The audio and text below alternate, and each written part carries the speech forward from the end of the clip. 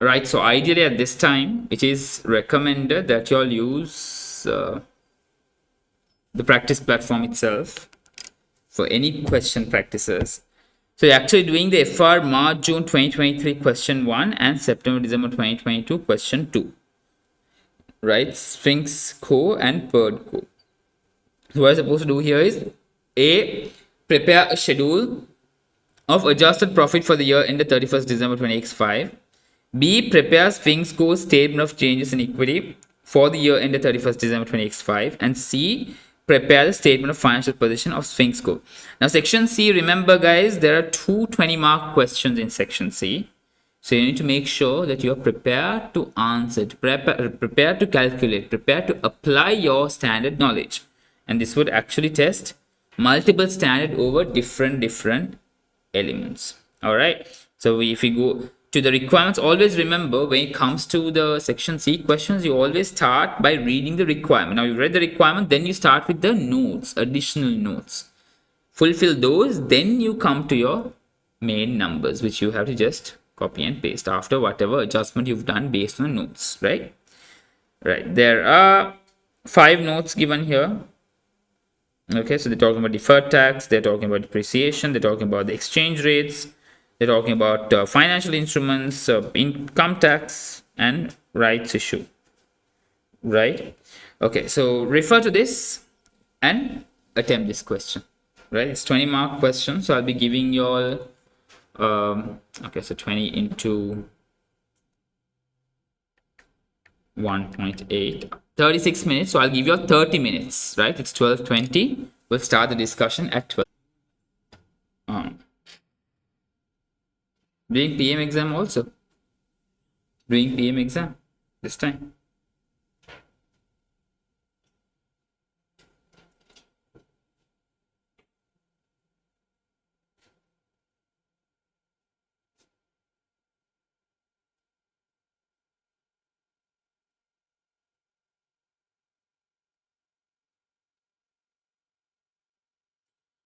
All right, guys. So shall we start the discussion?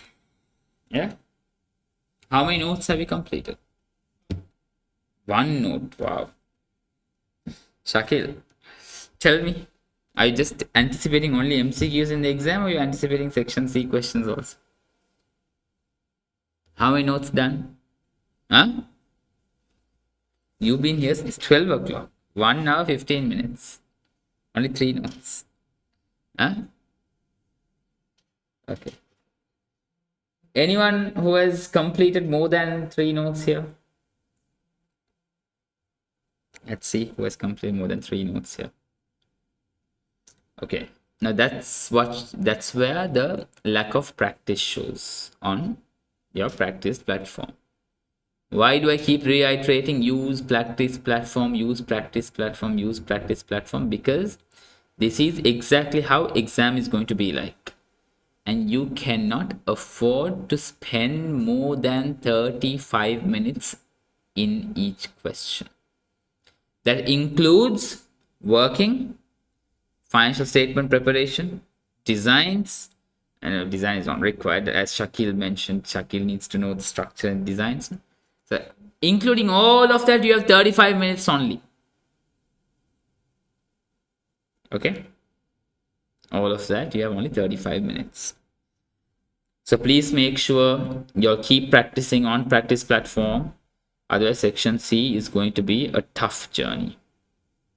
Okay?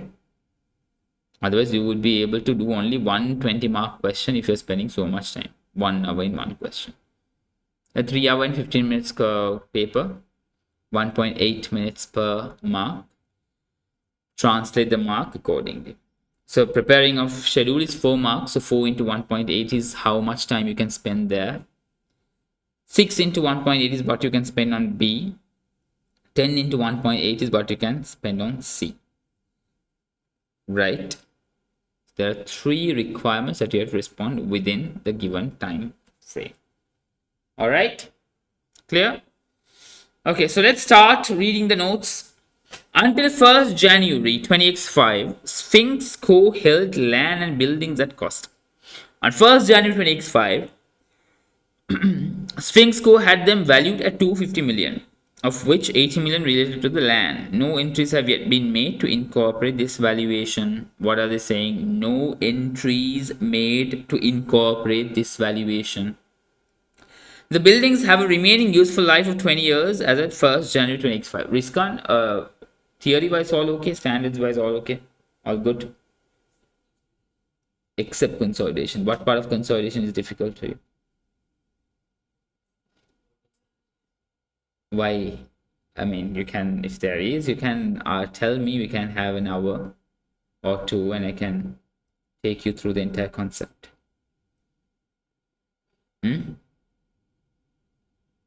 Or you want to manage it by your own self? Get back to me early, because consolidation is a very important element. One question is going to be there anyway, and then there are going to be different ways in which consolidation questions can be asked. Okay, so one question we'll be doing today, the PERD core, and there's one other good example of I think pastry core. Yeah, March June 21 pastry core. So look at that question and you would go bonkers in the beginning, but then as you read through, you understand and you become calm and you know how to figure it out. But for that, you need to know consolidation in and out. So what they've done in that question is they have done all the adjustments, consolidation adjustments. Now you have to eliminate all the adjustments done. Now usually what we are supposed to do, what we learn, you have to consolidate. Whatever adjustments, consolidate. Now here they've consolidated, but you have to remove all of those. Right? So it's a ratio analysis of consolidation where you have to compare what if the company was not there, right? What would have been the result then, and what is the result with the company being there? And you have to give a conclusion whether having the company is better or not having the company is better. For that, you have to eliminate, and you have to do a single entity. It's a nice question, right? For that, you need to know in and out of your consolidation. All right. Okay. So going back to the note. So until 1st January, so the buildings have remaining useful life of 20 years. So buildings, why remaining useful life? Because buildings are to be depreciated. All right. Then deferred tax on revaluation is calculated at 20%. All right. 20% is the deferred tax on revaluation. Right. Now, why is this given? There is going to be a temporary difference due to revaluation. So you should know whatever deferred tax relevant to revaluation will be going under other comprehensive income. Yeah. Swings Co has a policy to make an annual reserve transfer in respect of additional depreciation charged each year. Now there is an annual depreciation reserve transfer as well. So you have what you do here. The depreciation after revaluation, and you consider depreciation before revaluation, and you take the difference and you transfer it from your revaluation surplus to your retained earnings. You all remember that theory, no? Right? Prior to the revaluation of the buildings were being depreciated over 50 years on a straight line basis. Now, why are they giving this? Why are they giving this? To figure out what was the depreciation. Plant equipment is depreciated 15% per annum using reducing balance. So there are two methods of depreciation being used: straight line, reducing balance. No depreciation for any assets has been charged in the year. Now in this question, what are they doing? They are requiring you to create a PPE schedule. Okay, they require to create a PPE schedule. I'll just do the first note on practice platform, then the rest I will do on Excel itself. Okay.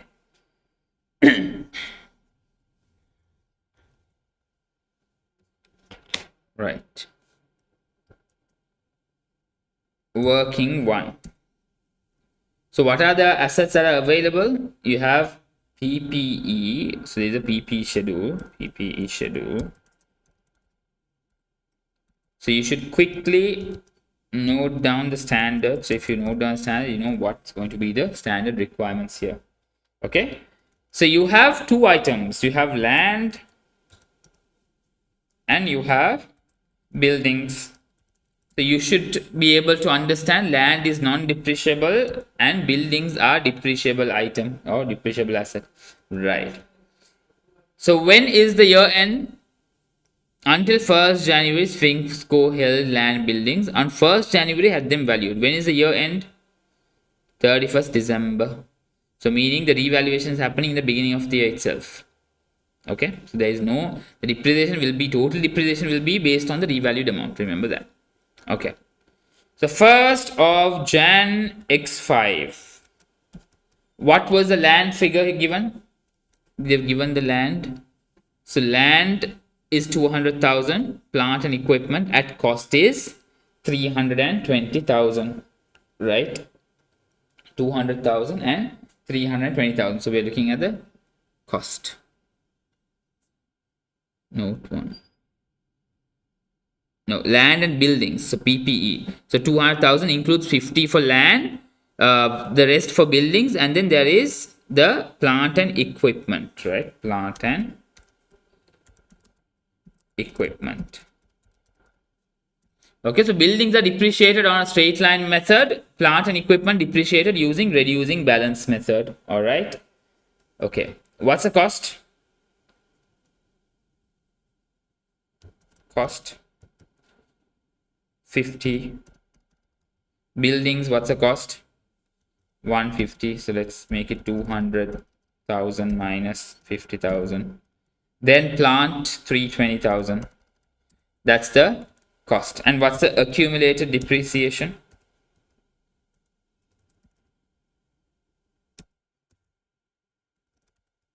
Accumulated depreciation is 90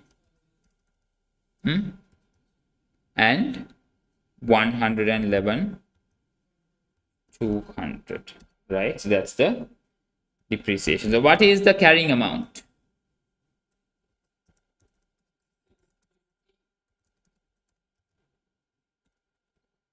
Remains 50.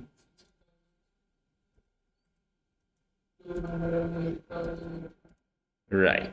Now there is a revaluation that's happening, right? Revaluation. Revalued amount. How much is the revalued amount? Land, what they are saying, go back to note. They're saying value 250, of which 80 related to land. So 80 is your land.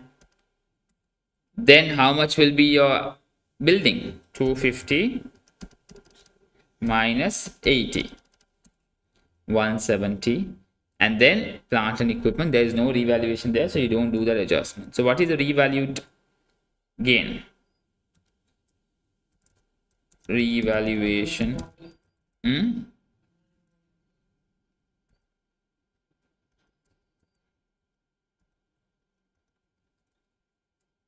Okay, so this is going to be our total line.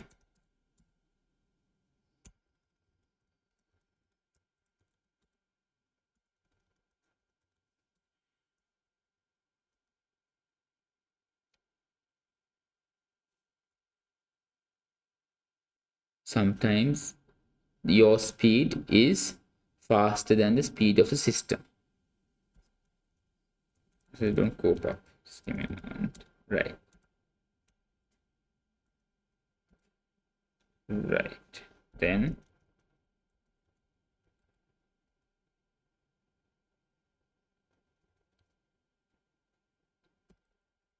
right. So we know it's 140,000 of revaluation gain in total.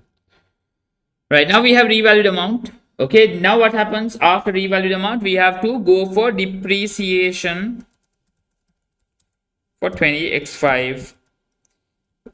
How do we go with the depreciation?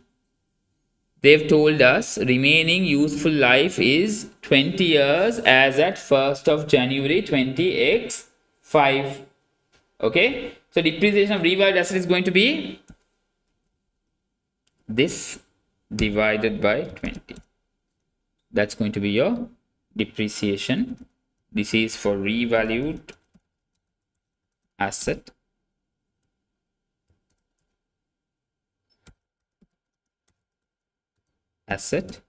And then the PPE, the existing plant and equipment. Plant equipment, how much will that be? That's reducing balance method. What's the percentage? 15%, right? 15%. So what's the answer there? 31,320. So this is going to be a total depreciation. All right, this is going to be a total depreciation. Total depreciation will be this plus this. Okay. Then once you're done with that, what will you find now? Your carrying amount, right? Carrying amount as a 31st of December x5. What's going to be a carrying amount? This minus, there's nothing, so it remains as the same. So let's go with the same figure there. 17,000 minus 8,500. 208 minus 31,320.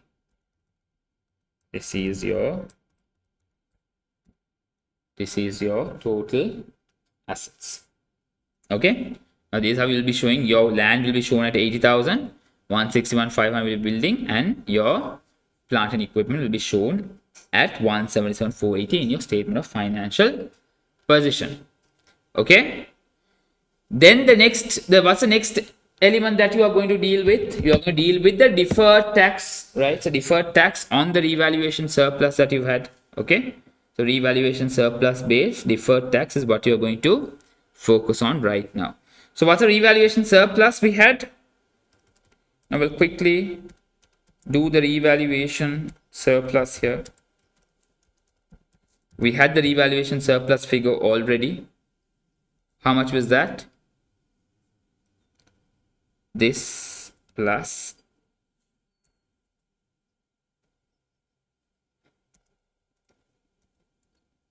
always give reference. Okay, when you go to exam, always give reference. This.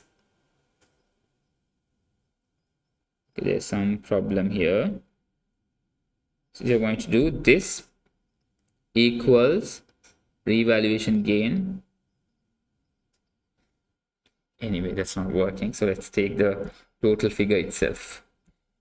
Sometimes Excel is better.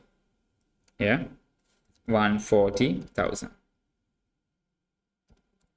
Yeah, 140,000. But you have to somehow get used to this system. Okay, that's your revaluation surplus. Then what's going to be your deferred tax?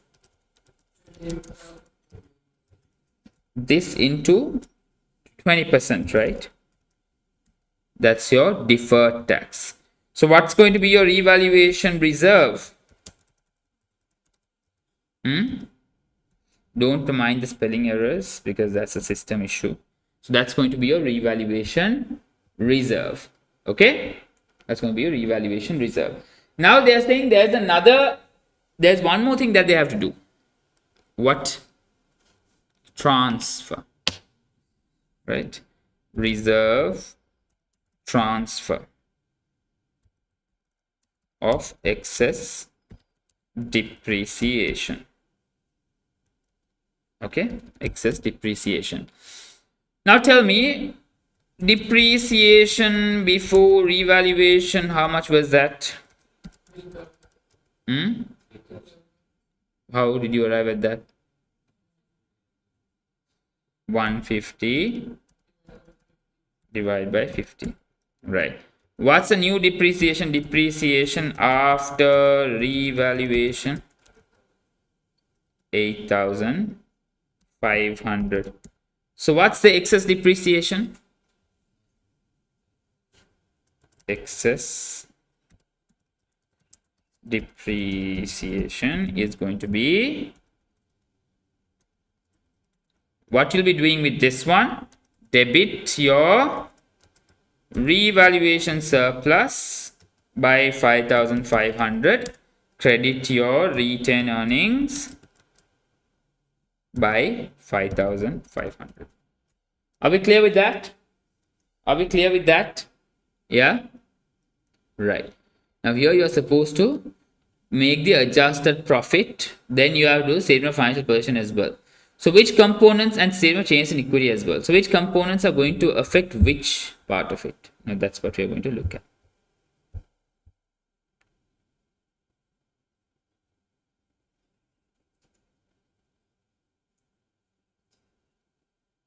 What happened? Did we lose the entire working?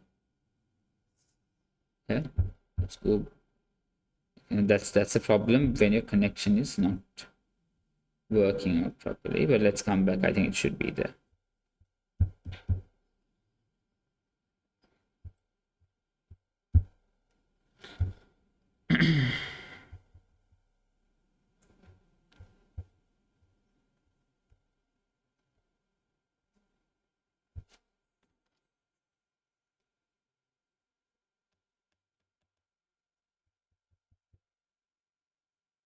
Okay, yeah, we've got back our answer.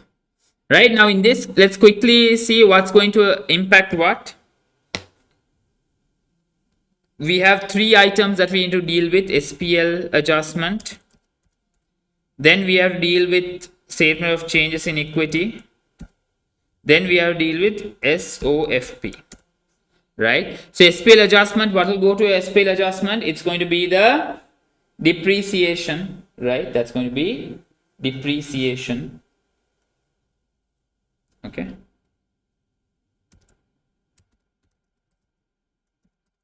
Total depreciation. Well, total depreciation value, it's 39,820. Okay. Then if we take SOFP, what's going to be the SOFP figures? SOFP, we have PPE as its total value, 418,980. 418,980. Then there is, apart from SOFP, there is annual transfer impacts SOCIE and then SOFP as well, right? The equity section of it. Okay. Right. Then SOFP, we have deferred tax liability.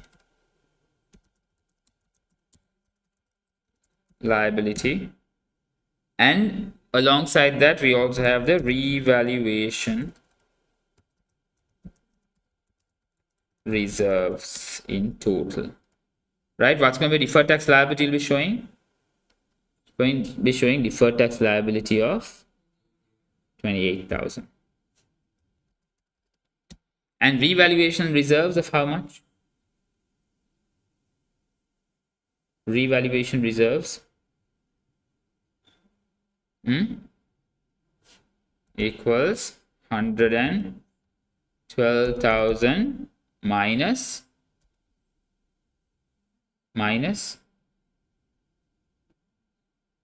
revaluation reserves.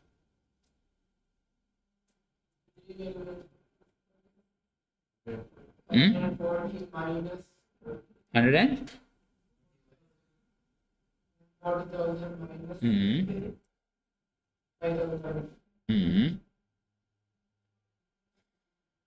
What else?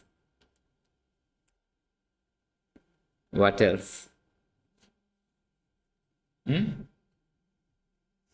What else will we do?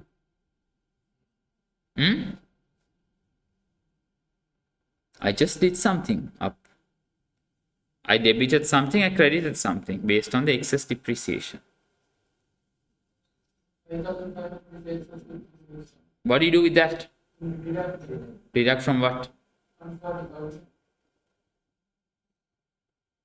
Deduct from?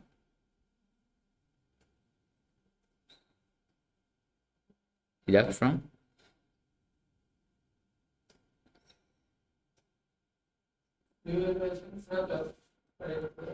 Revaluation surplus, you're going to deduct the deferred tax impact on that, and you are going to deduct the excess depreciation because they are transferring. When you transfer excess depreciation, you transfer from revaluation surplus to your retained earnings. So you are deducting 5,500 from here, but you are adding it in your retained earnings. Your retained earnings plus 5,500. The 28,000 deferred tax we should deduct from the revaluation. Yeah. And we need to add that 28,000 tax for the year. Deferred tax impact, right? We have to show the deferred tax impact there. Okay. Right. Sale or change in equities where all these transactions relevant to changes in equity take place. All right, so are we clear with the first note? One note, but how many adjustments? One note with a lot of adjustments, no? Straightforward. Straightforward. Yeah, easy, right?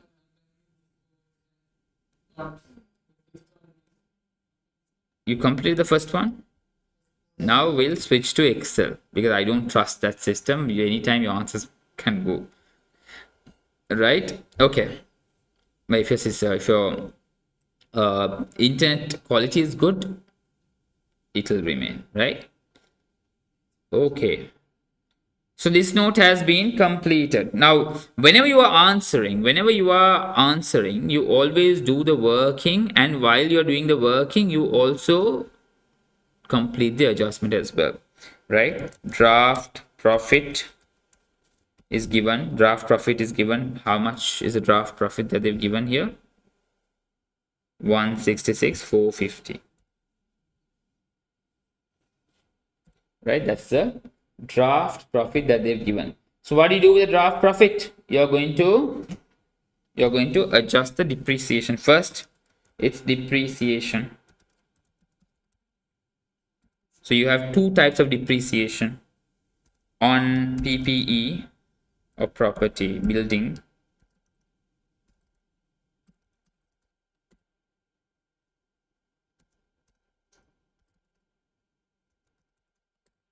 Then you have equipment depreciation.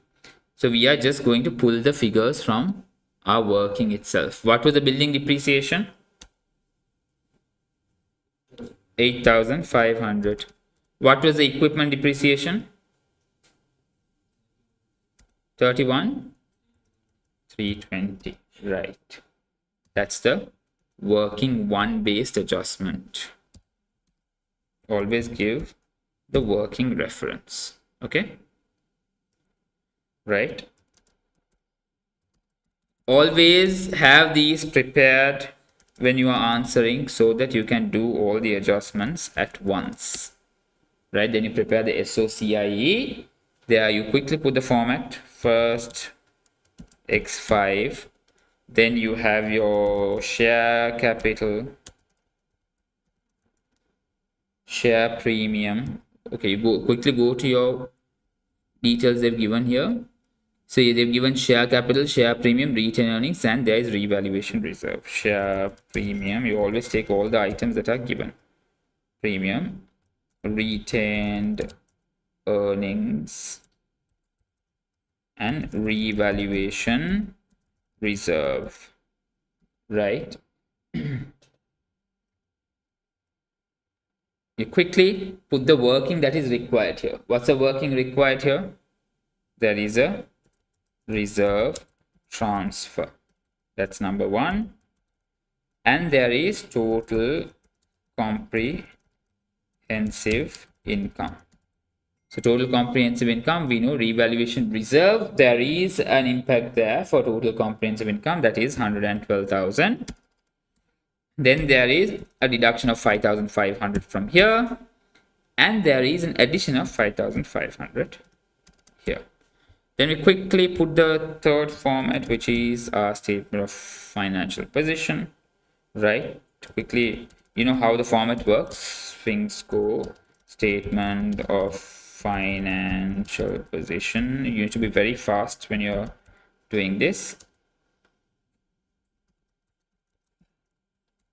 As at 31st December X5, right? So you have your assets. Quickly you put your non-current asset here. We have the non-current asset. We have buildings, or let's put it as PPE. We have the total figure that we got. What's the total figure of PPE? Quickly tell me. PPE, what's the total?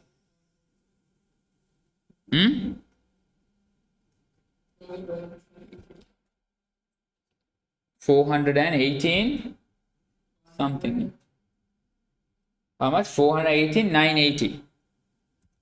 980, right? So you,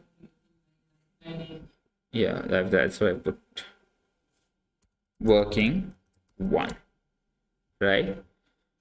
Okay. Again, this also you show as working 1. Always give the working reference so that examiner can go and look at where you've done the working and how to arrive at that, right? Then you quickly keep some space, right? Then you have your current asset, keep some space. You have your total assets. Then you go down, equity. We know the equity items: share capital, share premium, retained earnings, and revaluation reserve. Then liability, non-current liability, leave some space. Current liability, leave some space. Total, equity, and liability. Then you leave some space, working 1, that we've already done, right? Done. Then we move down to working 2, right? Now what's a working 2? For working 2, we have to read the second note. What does it say? On 31st October 20x5, Sphinx Co. acquired inventory from an overseas supplier on credit for 40 million dinars. The invoice was paid in full on 25th January, following year after the year end. Sphinx Co. had correctly recorded the purchase on 31st October, but no further entries have been made. So there is a foreign currency transaction. The standard should quickly come to your mind. IS 21. IS 21 says monetary item that are outstanding at the year end needs to be retranslated at the closing rate, and whatever difference will be recorded or recognized as a foreign exchange gain or loss. Are we clear with the theory? Now we quickly note it down. So what was the exchange rates? 4 dinars, 5 dinars, 4.8 dinars, right? So we know they've done 4 dinars, right? 40 millions. $1 equals 4 dinars. So 40 million divided by 4. Transaction date 40,000. Exchange rate 4. 10,000, right? So this was transaction date. Then closing date, closing date 40,000. We retranslate using the closing rate. What's the closing rate they've given here? 5 is a closing rate. 4.8 negligible. That's not required for this year end because that's not relevant to you. You'll ignore that. 5, 8,000. So is it a gain or loss? Forex gain or loss? Loss? Loss? Gain? Gain? Sure. Why is the gain? Why is the loss? We brought what? We bought something, we have to pay. We were to pay 10,000, now we have paid only 8,000. It's a gain, right? Be very clear with how gain and loss works. Right. Where will this be recorded? Where will this be recorded? It's going to go as a foreign exchange gain in your adjusted profit. In this question case I'm asking, so that's going to be here. Forex gain working 2. That's, and then where else do you do these adjustments? Where else are you going to do these adjustments?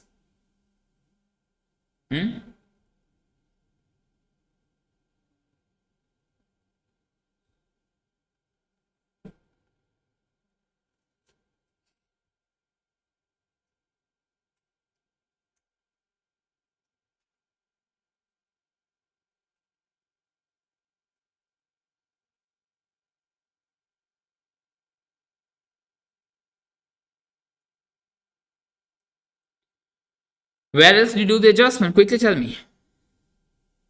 What else will be adjusted?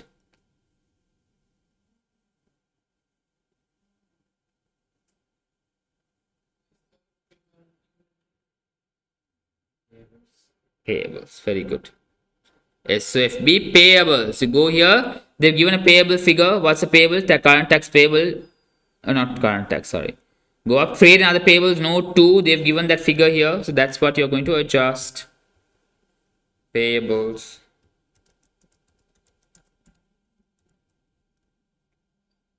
So you go here. Reference it. Right. The payables. You need to reference the trade payables. It's 70,500. Yeah. Minus, what do? Minus 2,000. Why? Your payable goes down at that amount. 68,500. Okay, but there'll be further adjustment that will see what the further adjustment is going to be. Okay. Right. So far we clear? We're done with note 2. Are we done with note 2? Are we done with note 2 or are we not? Got it right? Current assets what? Why? Is inventory a monetary item? Non-monetary item. Okay. What the adjustment we made was just the gain. So no any adjustment on inventory. Right. Okay. Next note. Interest on the loan notes is paid every 6 months with the next payment due on 1st January 2026. The draft profit before taxation figure in the trial balance includes the first interest payment on the 7% loan notes. Meaning, the second one that is to be paid on 1st of January, meaning for the next 6 months, is not taken into consideration. That's an accrued interest payment, right? Accrued interest payable. So that's also payable. All right. So let's quickly go and do the next working 3. Working 3. Yeah.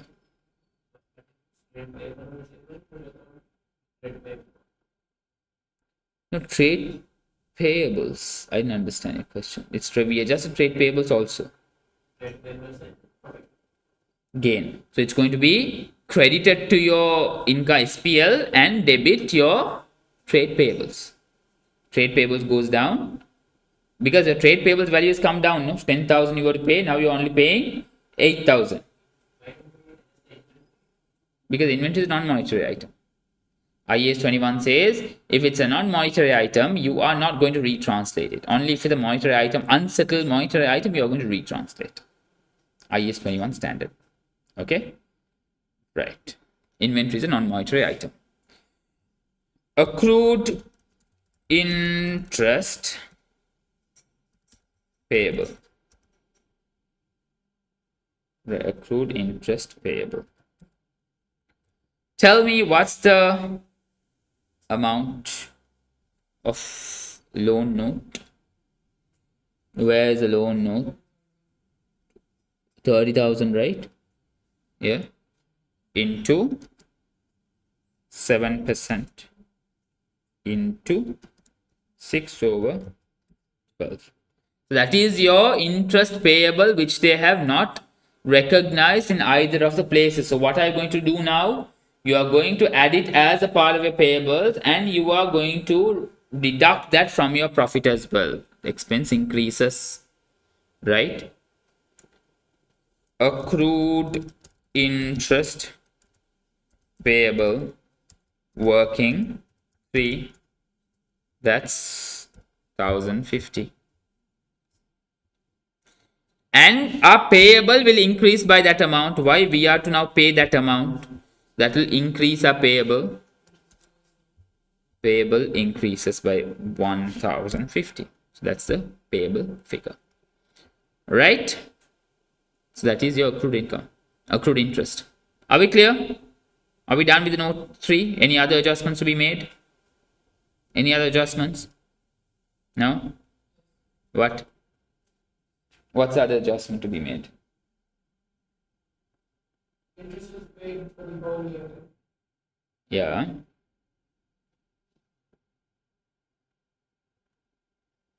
The interest is paid 7%, 2,100. Mm. Because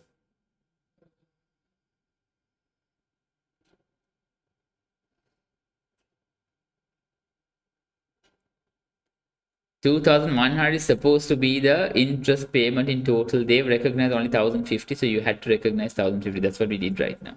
Why are we reversing? Why do we reverse? Why do we reverse?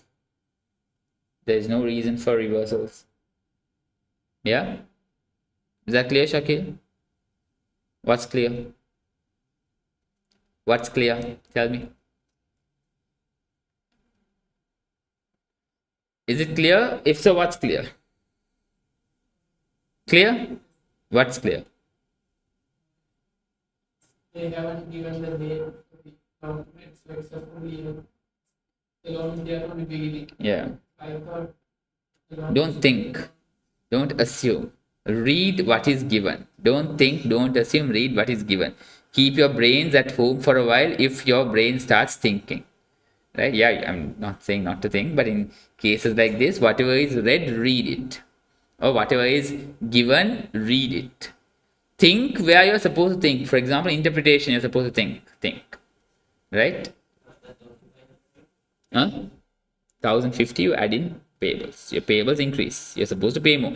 So thing is, you are supposed to pay a loan for an entire year. No, 7% on loan note you will pay in for entire year. So they have actually recorded for half a year. Half a year they've not recorded. So that's what recording we did right now. Right? We recorded in our P&L where we reduced our profit because expense increases. And then we went and increased our payable because we are supposed to pay them. All right.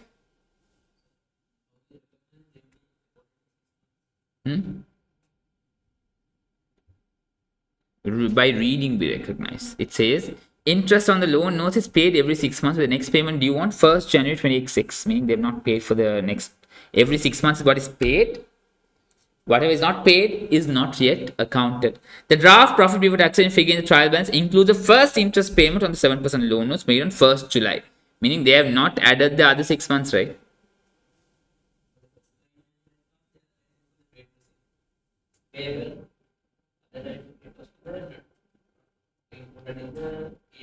Yeah. So you are making both the adjustments. You're going to add it, or you're going to adjust it in your P&L as well as you're going to adjust your SFP. Okay? All right. Are we clear? Next note says a provision for income tax of 30 million is required for the year ended 31st December 2025. The balance on the current tax represents the under or over provision of tax for the year ended. Right. Now tell me whether it's an over provision or an under provision. Is it over provision or under provision? Under provision. Why under provision? Debit side increases the expense, that is under provision. Credit side reduces the expense, therefore it's a over provision. Good, very good. Right, now we'll quickly put our next note. Working for current tax. Tax payable, how much is tax payable? That they've given in this 30,000. No, 30,000. Where is the current tax? Current tax 2,000. No. They've not given here, no? They've given in the note 30 million, right? 30,000. Yeah. Then there's an under provision because it's on the debit side, so you're going to add the under provision here. Under provision. So your current tax will be 32,500. Okay, your current tax is going to be 32,500. So where are you going to make these adjustments? Quickly tell me. Quickly tell me. Now go back, read. They are saying a provision of income tax. The balance on current tax represents 31st December. Now this is profit before taxation figure that they've given here. So we have to consider taxation as well. We have to include taxation as well to arrive at profit for the year. Right. So now since we have already got the information, profit before tax, we have the answer for that. Profit before tax sum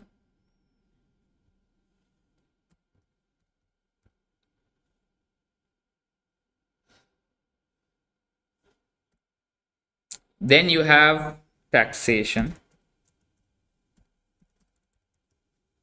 of 32,500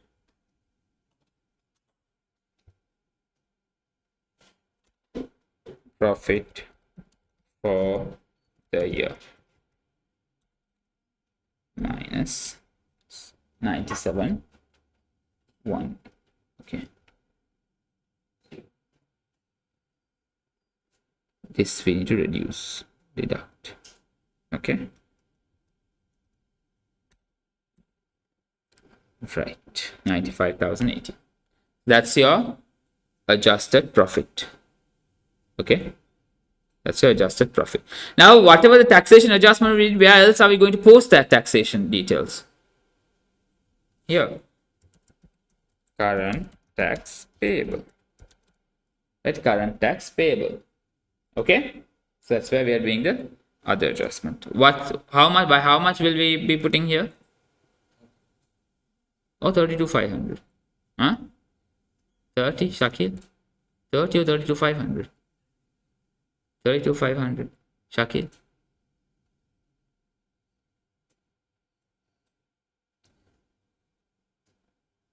Akif takes over as the world prize winner. Shakil? 30,000. What does IAS 12 say? In your statement of financial position, you are going to recognize only the income tax payable for that particular year. Because last year you have already kept an estimate, and whatever you have paid, more or less, is what you are going to recognize in your statement of profit or loss. You're not going to recognize here because you already paid that. What is shown here? What is shown here? Anything outstanding is what is shown here, right? So 2,500 you've already paid last year. So which is why last year's estimate, you know that it was underprovided. You had estimated lesser and you paid more. So you added that as an expense this year. But your statement of profit, financial position will recognize only the income tax payable for the current year. 30,000. Over provision you deduct from your, so all those adjustments happen in SPL, because over provision you have paid less. Right, you've estimated more, but you've paid less. So now we go and adjust to expense, income expense. Huh? And here the 30,000. Okay. So that's what IAS 12 says. All right. Are we clear? Then we are moving to the final note, working 5, which is share issue. They say on 1st September, Swingsco made it's a rights issue. Rights issue at 1.25 per share, right? The rights issue was correctly accounted for on 1st September and the shares are included in the trial balance above. Shares are included in the trial balance above. Right.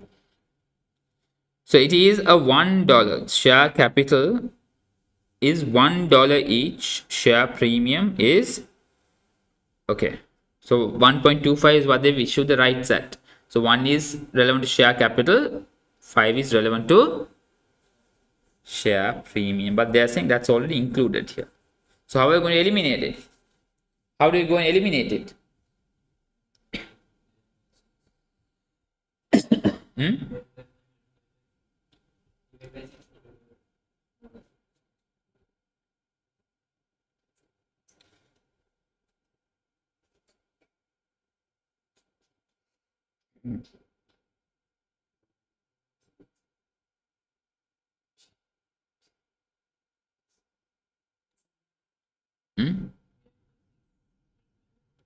Divide by 6, multiply by 5. So what do we do? What we do here is, as per TB, we have been given a figure. What's the figure? Equity shares is 120. Right? $121. Right? So what you are supposed to do here is go divide by 6. So you know 20,000. This is the rights issue. So what's going to be the equity share capital component? Share capital component is going to be 20,000 into $1. And share premium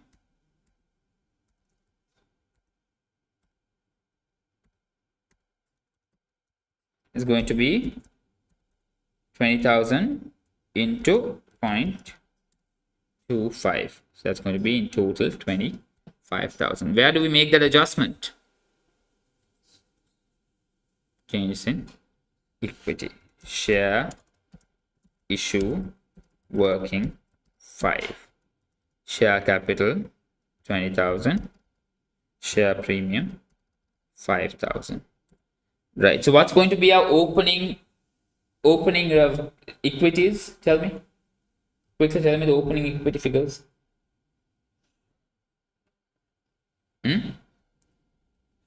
Share capital 100,000 and share premium nothing, right? Because we already, so 120 minus 20, so 100,000 is a share capital, right?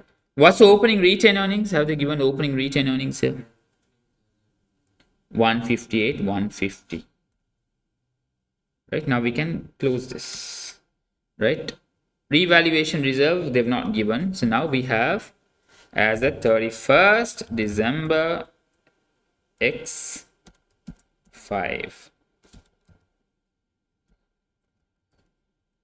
plus this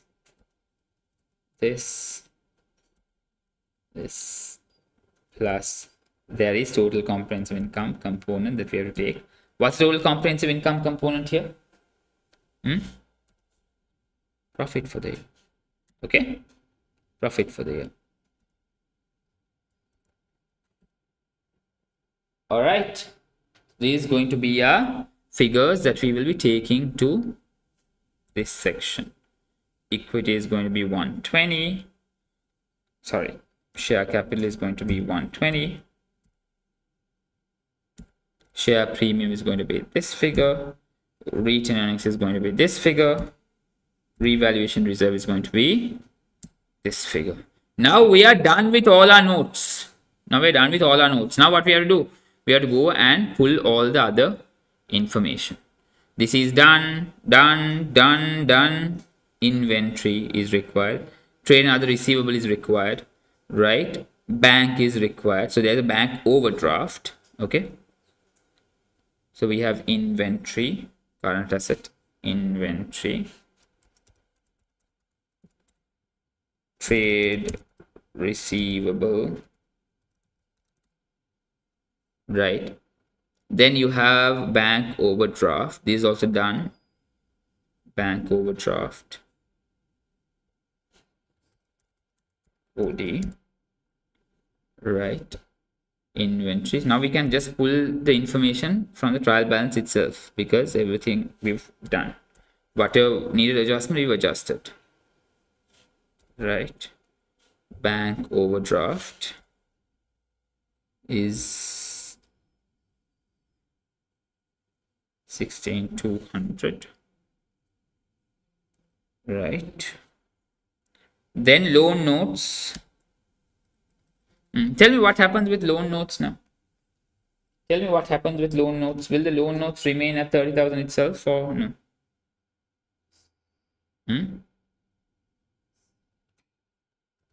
Yes, it will remain at 30,000.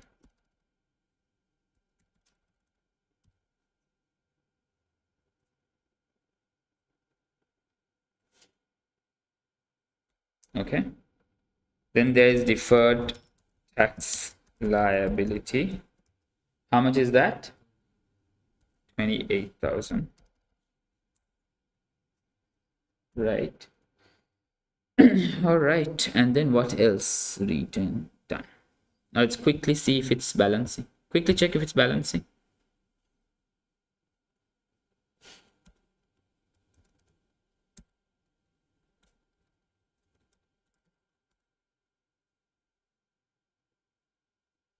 Okay.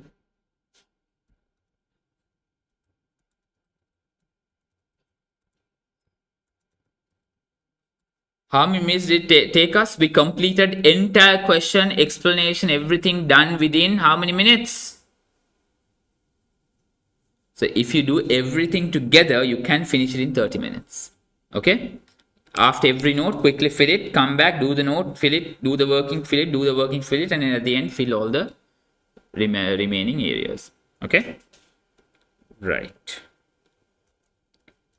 So this will be, you will become an expert only through practices. All right.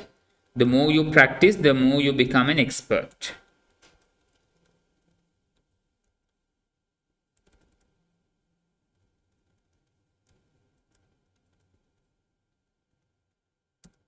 There you go.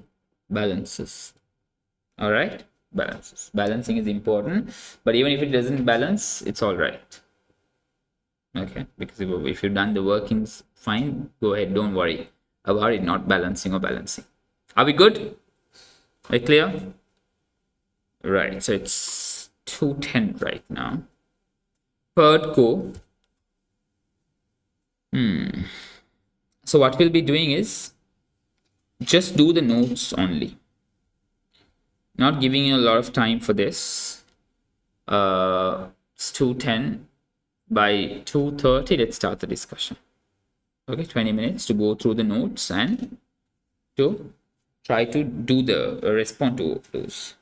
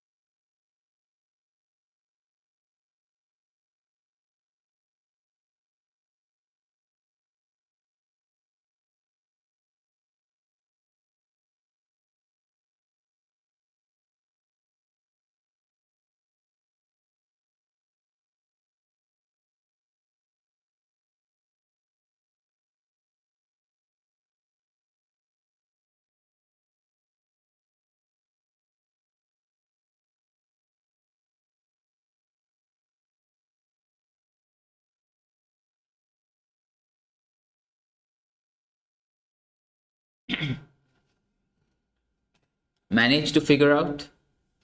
How's the question? Difficult? Right. Let's quickly read the question. What does the question say? This scenario relates to two requirements. Now, you know, this is a reality check where you all stand at as of today in terms of knowledge. A reality check is what we are doing today. If you all are finding it difficult, if you are finding it challenging, meaning it's time to enhance and it's time to ensure your practicing is intensified, right? It's time for intense practices right now. If you've not seen these questions, it's high time that you start seeing this question, because these are all past paper questions. Okay. All right, guys. So now theory time is over. Now start practicing. Practice time is on. Theory time off. Okay. No more studying theory. Okay. Right. A scenario relates to two requirements. Perd Co acquired 80% of Sebastian Co on 1st April 2006. Non-controlling interest is valued at fair value, meaning it's this first method.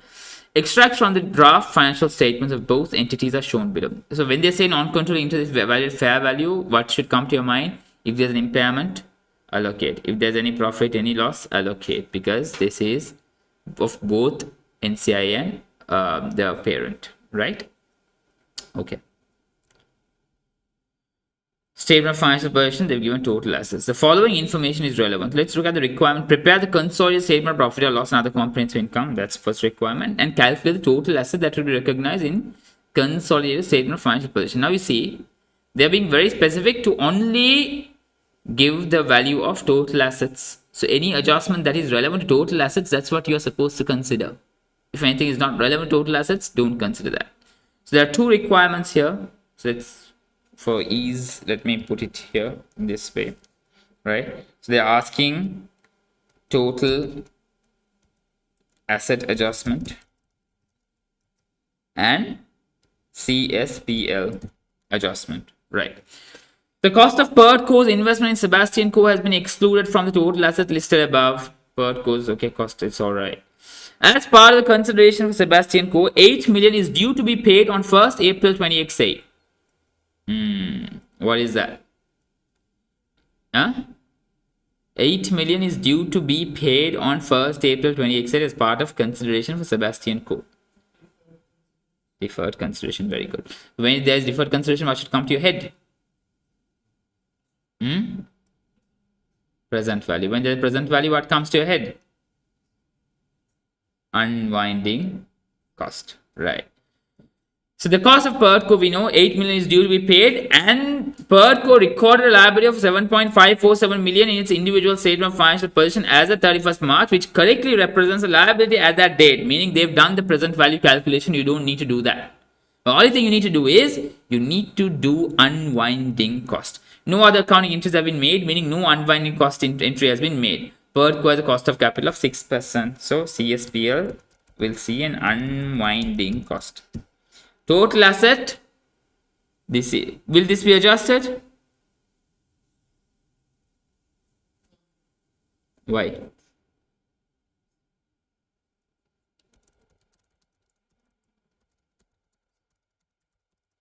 This is a part of goodwill. Okay, now there is a goodwill line. Okay. On acquisition of Sebastian, the goodwill is correctly calculated. So no, you don't need to do the adjustment. Goodwill is correctly calculated and they've given the correct details. So it's there in total assets. Nothing to worry there. 3.2 million. In the year to 31st March, goodwill was deemed to have been impaired by 400,000, meaning last year 400,000 impairment. This year, a further impairment of 300,000 is to be recognized for the year ended 31st March. Impairment losses are charged to operating expenses. Goodwill has been correctly calculated, but impairment has not. So a total asset, you are going to deduct impairment expense from goodwill full amount, because statement of financial position is as at date accumulating figure. So this is going to have both 400 plus 300. And what happens with SPL?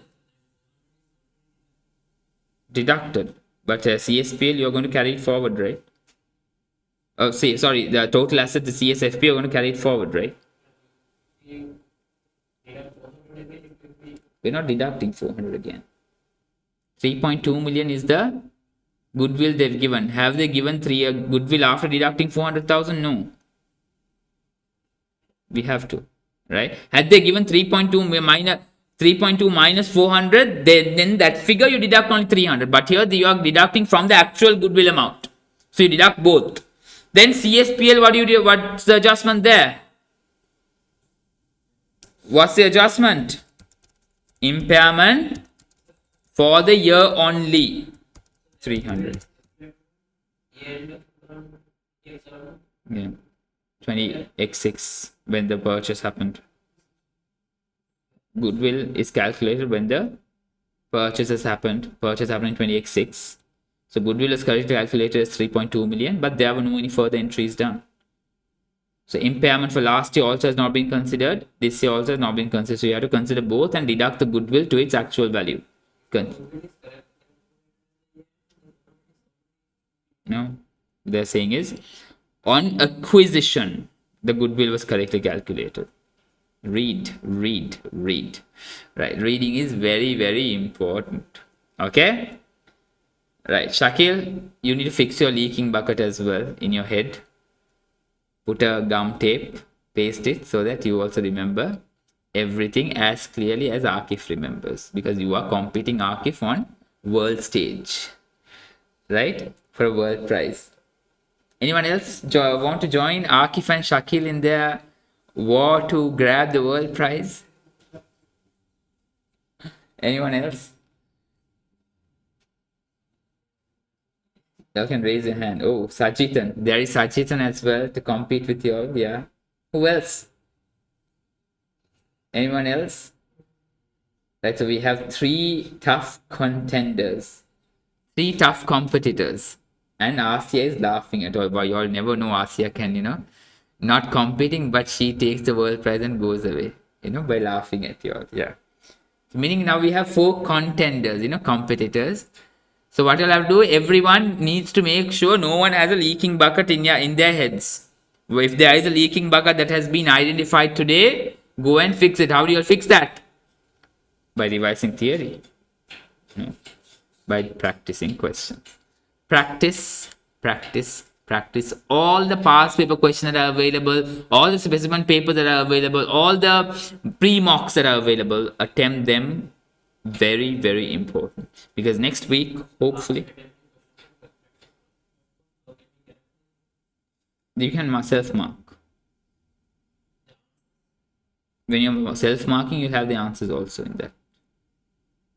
You never use the practice platform. No? Very good. We are on 18th, right? What's the date today? 17th of May. How many days more for the exams? And you've not even seen the face of practice platform. 15 days. You're doing 2 papers? You're doing 2 papers? Or only FR? PM and FR both. Yeah? Doing 2 papers. And you've not even seen the face of practice platform. Should you cry or should you laugh at it?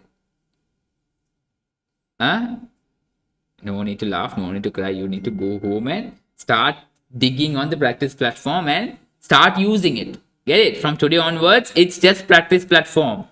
Right? Live for practice platform. Practice platform is for life. Until the exam is over. Until ACCA is done. Okay? Alright? So all the questions, otherwise you'll struggle like Shakil. Shakil was here for half an hour. He had not even done note 1. He was planning how to do the financial statement, how to put that structure. Right? I finished the note 1. Yes, note 1 you finish in half an hour after thinking about how to put the structure, statement of financial position, statement of profit or varum. No, where the working will go. Right. But now all of you all know how to use practice platform. That's why I did the first question on practice platform. Right? And why I did not continue doing that? Because I don't trust it. What if everything goes away? How are we going to do the final answer? Right? So use practice platform day in, day out until your exams. How many hours are you studying? Rizkan, are you following the study planner? No. Did you get a study planner for FM? No. Very good. PM. Did you get a study planner for that? No. Did you create your own study planner? No. So your 80,000 is at stake? How much is at stake? 80,000 rupees? 70? 60 per subject. Upper 120,000 at stake. Right, stakes are high, risk on, so you have to start working accordingly as well. All right. I'm not demotivating. This is a time where I can give you that. I can put you down so that you can bounce back. If you at the last moment, if you 2 days before the exam, you think like, now I need to see how practice platform looks like, and you open and see, and you're not able to figure out, then that's going to be a big problem because there's no time to bounce back. Right? So now there is time to bounce back and save your 120,000. Okay? 120,000 saving is important. All right. Okay. Are we clear? Shakil, are we clear? 60,000 at stake, no? And your university exam, it's at stake, and university topper is also at stake. Everything at stake for Shakil, no? Akif, there's nothing at stake. Relaxing, just world prize is what he's looking at. His target is on the world prize, and that's what he's dreaming of also, no? Every day. Not dreaming? Dreaming, no? If you don't dream, that's another problem. If you want something, if you want to achieve something, dream about it. Visualize, think as if you achieve that. That's when you'll actually achieve it and work towards it. All right? Okay. Moving on to the next note. Now, that was a quick reality check to you all. Quickly go home and start practicing well. Next note. At 1st of April 2006, Sebastian Coe's property had a carrying amount of 11 million, but a fair value of 14 million. At this date, the property had a remaining life of 15 years. Sebastian Coe sold the property for 15 million on 30th September 2007. For the year ended 31st March 2008, Sebastian Coe has recorded the historic cost depreciation and the historic cost profit on disposal of the property in operating expenses. Depreciation is charged on a pro rata basis. What's the problem here? What do you see as a problem here?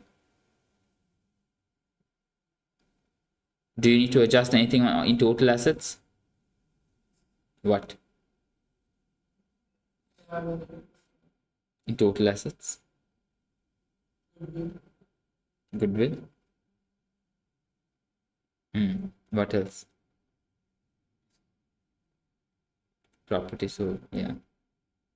So then, any adjustment total assets?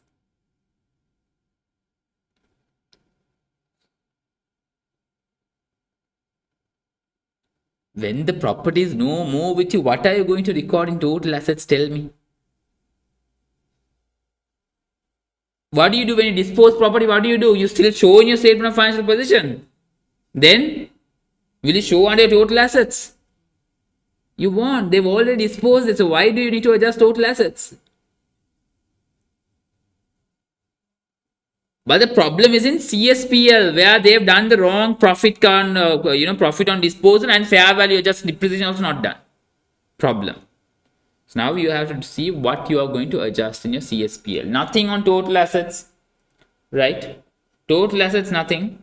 But it's going to be the profit and the excess depreciation, fair value adjustment, relevant items to CSPL. Why? CSPL is going to be there. It shows the performance, it shows the income, it shows the expense until the date whatever you have had.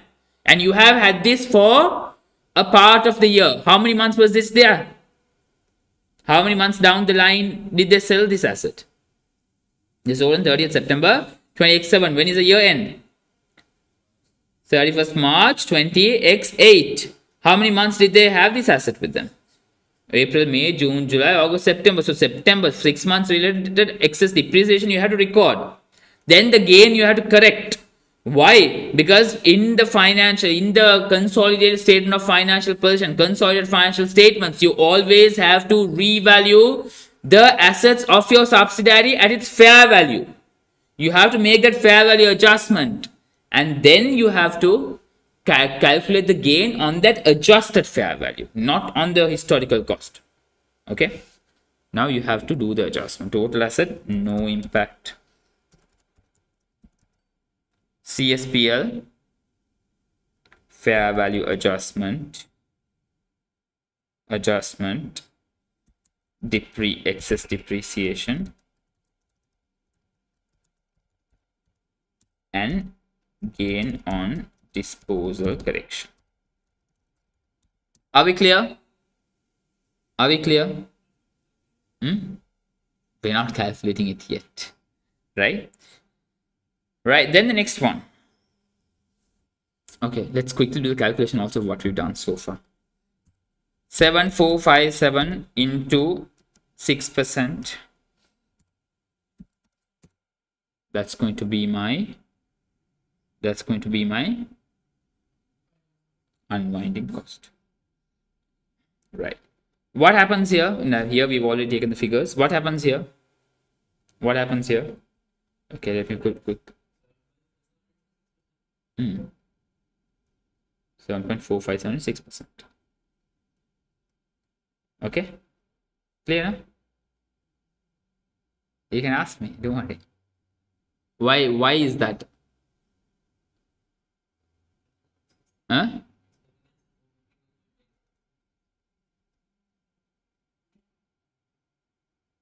Seven, yeah, so of course, no, I've used 7457 as a figure. 7547 should be the figure, so yeah.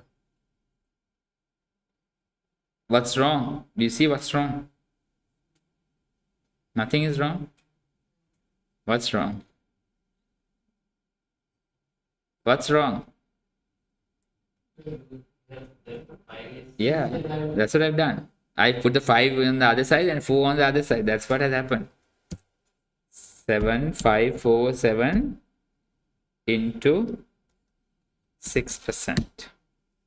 Okay, right. Be confident on your numbers. That's important. Right. Now let's quickly move on to the working with the fair value adjustment. Right. Okay. Cost model, fair value model. Right. Cost model. What's the cost? What's the cost? 11,000. 14 million. As per the fair value model, the cost is 14 million, right? Accumulated depreciation. How much is accumulated depreciation? How many months since we have purchased the... How many months since we've purchased the subsidiary?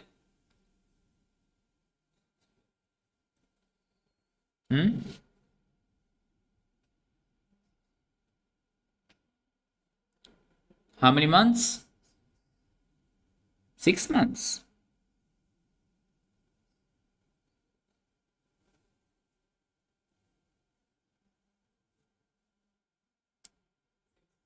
Six months.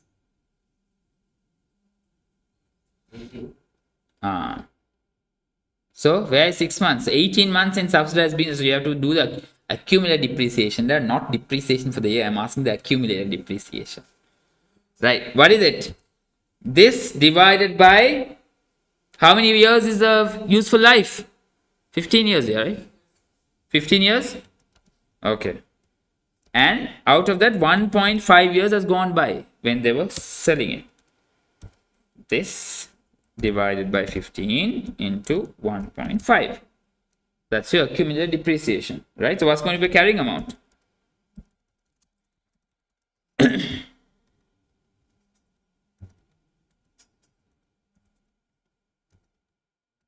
Right? So this is going to be your carrying amount. Right? Then what happens? Disposal. What was the disposal value? What was the price of disposal? Dispose for how much? 15 million. Now tell me what was the gain they have recorded. They have recorded a gain of 5,001. What's the actual gain that should be recorded ideally? 2,400, right? That's the actual gain. By how much have they over recorded gain? 2,700. Clear? Make sense? So you have to eliminate 2,700 from your gain. All right. You have to remove the gain from your SPL. Extra gain. There's an excess gain of 5,000. The excess gain by 2,700. Supposed to be 2,400. They've recorded as 5,100. So you have to eliminate 2,700. Are we clear? Then what's the excess depreciation? Tell me. What's the excess depreciation? 14 million minus 11 million. This divided by 15. This into 6 months. They had it for 6 months, right? They had the property for 6 months. So 100 is your excess depreciation to be recorded.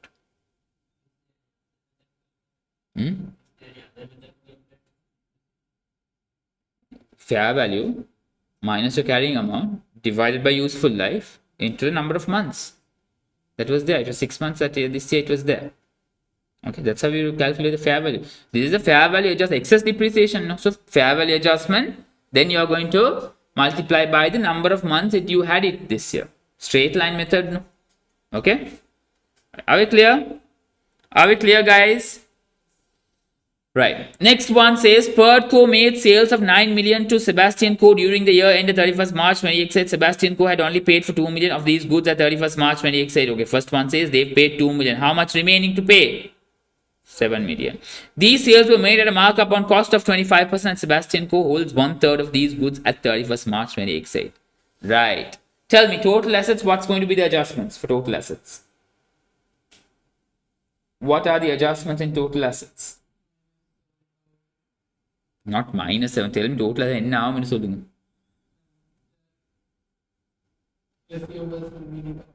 intra-group receivables. Intra-group receivables elimination. What else? Realize Unrealized profit. Unrealized profit elimination. What else? That's it now. Then what happens to your CSPL? What happens to your CSPL?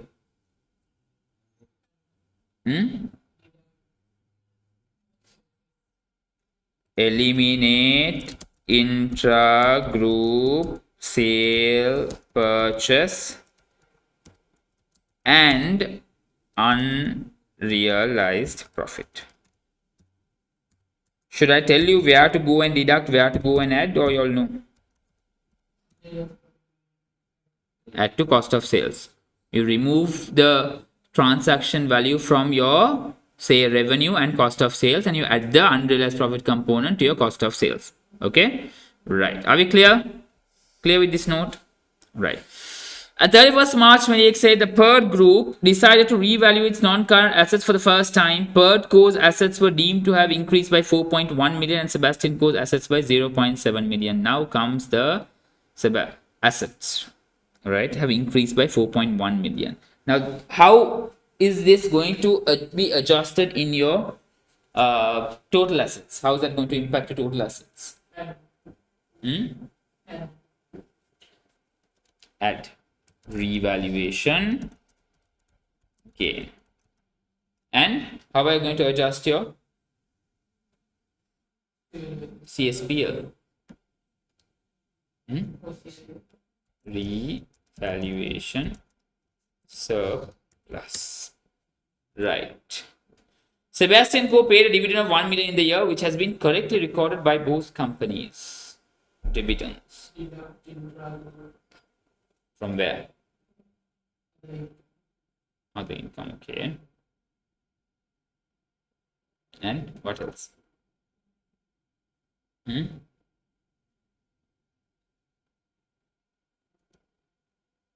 Sebastian Co paid a dividend of 1 million in the year. Are they saying how much they pay to parent? Then what do?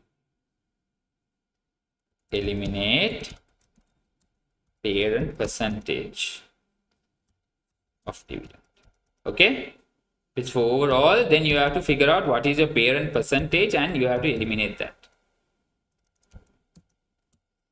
Okay, total assets, what happens?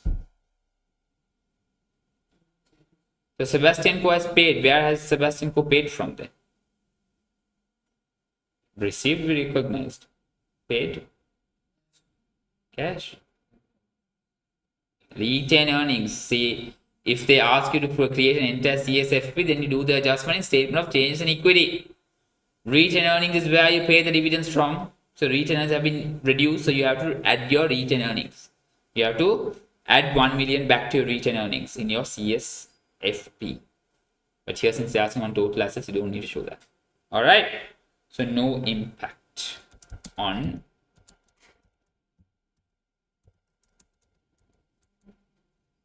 total assets. Now remember, what did I say in the beginning? The NCI was measured at fair value. Therefore, every transaction, every changes that happen pertaining to subsidiary needs to be allocated to NCI as well.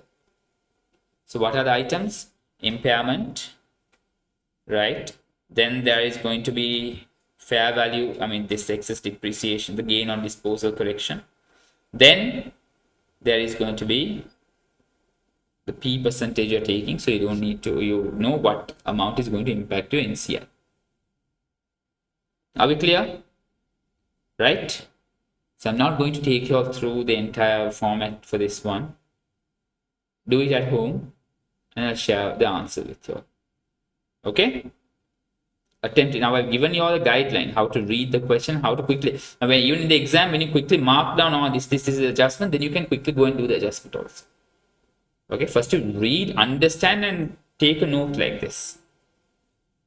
Make sense? Again, if it's really you have a different way that's going to help you remember the facts very clearly, fine, go ahead with that. No harm. All right, are we clear, guys? Are we clear? Any questions?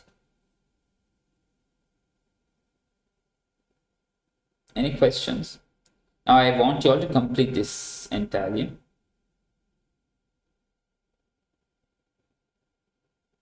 Okay. Remember this revaluation gain 0.7 million in this Sebastian post revaluation gain. There is going to be a component that will go to NCI also. Okay, guys. So with that, we are good to conclude today's class. Attempt this entire question. I've sent the question on the group. So attempt this. I'll kind of sit back and attempt and go, or how? If you want, you can sit back, attempt and leave. Okay, right. So I'll see you all on next Saturday. Until then, stay safe, take care, have a great week ahead. And attempt a lot of questions. Practice, practice, practice. Practice platform. Right? After breakfast, recite practice platform 100 times. After lunch, recite it 100 times. And after dinner, also recite it 100 times, so that you remember to use practice platform. Alright guys, so what's the plan for next week? ACCA, I'm planning to discuss hopefully the pre-mock. So I'm expecting you all will be done with pre-mock as well under exam conditions. If not, we'll keep the pre-mock for 31st, the last class. But I'm not sure if we'll be able to cover it entirely. But 2 questions we should be able to. Alright. So pre-mock either next week or the week after. If we are not having pre-mock in the next week, we are again doing two questions from 2 good questions from past papers. The rest of the parts are up to you all to finish. Alright. Okay guys, so I'll see you all.